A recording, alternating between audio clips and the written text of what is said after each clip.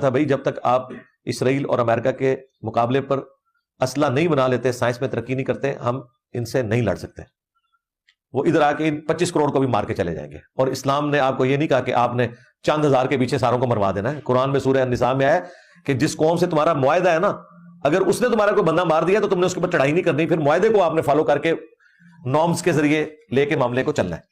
ان کو پتہ ہی نہیں اسلام کا سیاسی نظام کیا ہے۔ کس قدر ڈھٹائی اور بے شرمی کے ساتھ یہ قرآن کے متعلق جھوٹ بولتا ہے۔ قرآن مقدس میں سورۃ النساء میں یا پورے قرآن میں ایسی کوئی بھی آیت نہیں ہے جس میں یہ لکھا ہو کہ اگر جس قوم کے ساتھ تمہارا معاہدہ چل رہا ہو اور وہ تمہارے آدمی کو قتل کر دے تو پھر بھی اس قوم کے ساتھ لڑائی نہیں کرنی یا اس قوم کے ساتھ معاہدہ برقرار رکھنا ہے۔ ایسی قرآن مقدس کے اندر کوئی بھی آیت نہیں ہے، لیکن یہ بے شرم انسان کتنی ڈھٹائی کے ساتھ قرآن پہ جھوٹ بول رہا ہے۔